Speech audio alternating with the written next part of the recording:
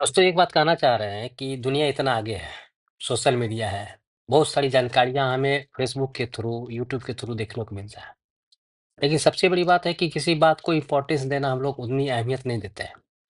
लोग दूसरी बात ये भी समझते हैं कि जो घटना सुन रहे हैं, देख रहे हैं, वो बहुत किसी के साथ हुआ होगा, ये मेरे साथ नहीं होगा।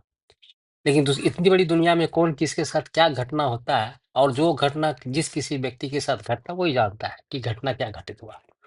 मैं उस चीज़ के बारे में बात करना चाह रहा हूँ कि शायद आपने लोग देखा होगा या सुना भी होगा कि किसी गार्जियन अपना घर-द्वार बनाने के लिए ज़मीन को बेचकर अपना बैंक में रुपया रखता हुआ, 1 रुपया नहीं, बहुत बड़ा अमाउंट 10-12 लाख रुपया और उसके 10 साल का, 12 साल का बच्चा गेम से प्रेरित होकर बहुत गेम खेलता है। गार्जियन इस चीज़ से निर्भीक होकर के अपना काम करता है।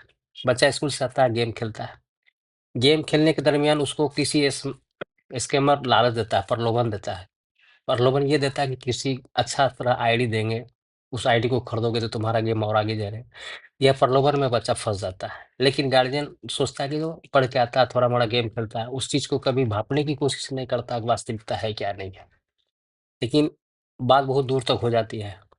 बात ये होता है कि स्कैमर पूरी तरह से उसका क्रेडिट कार्ड का नंबर लेकर के, ओटीपी लेकर के, पैसा पूरी तरह से ट्रांसफ़र 12 का 12 लाख रुपया वो गबन कर देता है।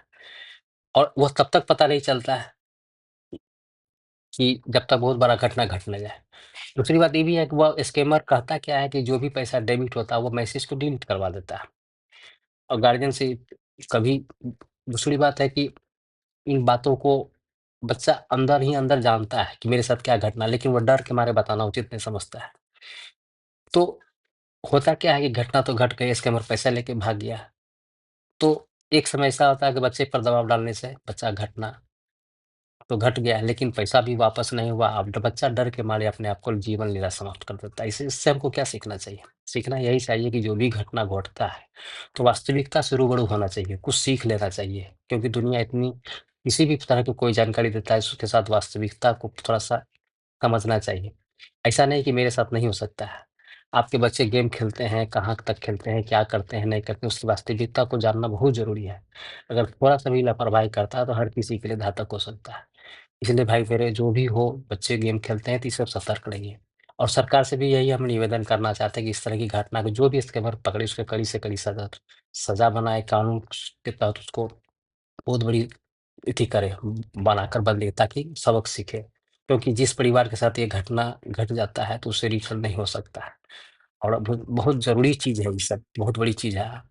धन्यवाद, सतर्क रहें, यही कहना चाह रहा हूँ।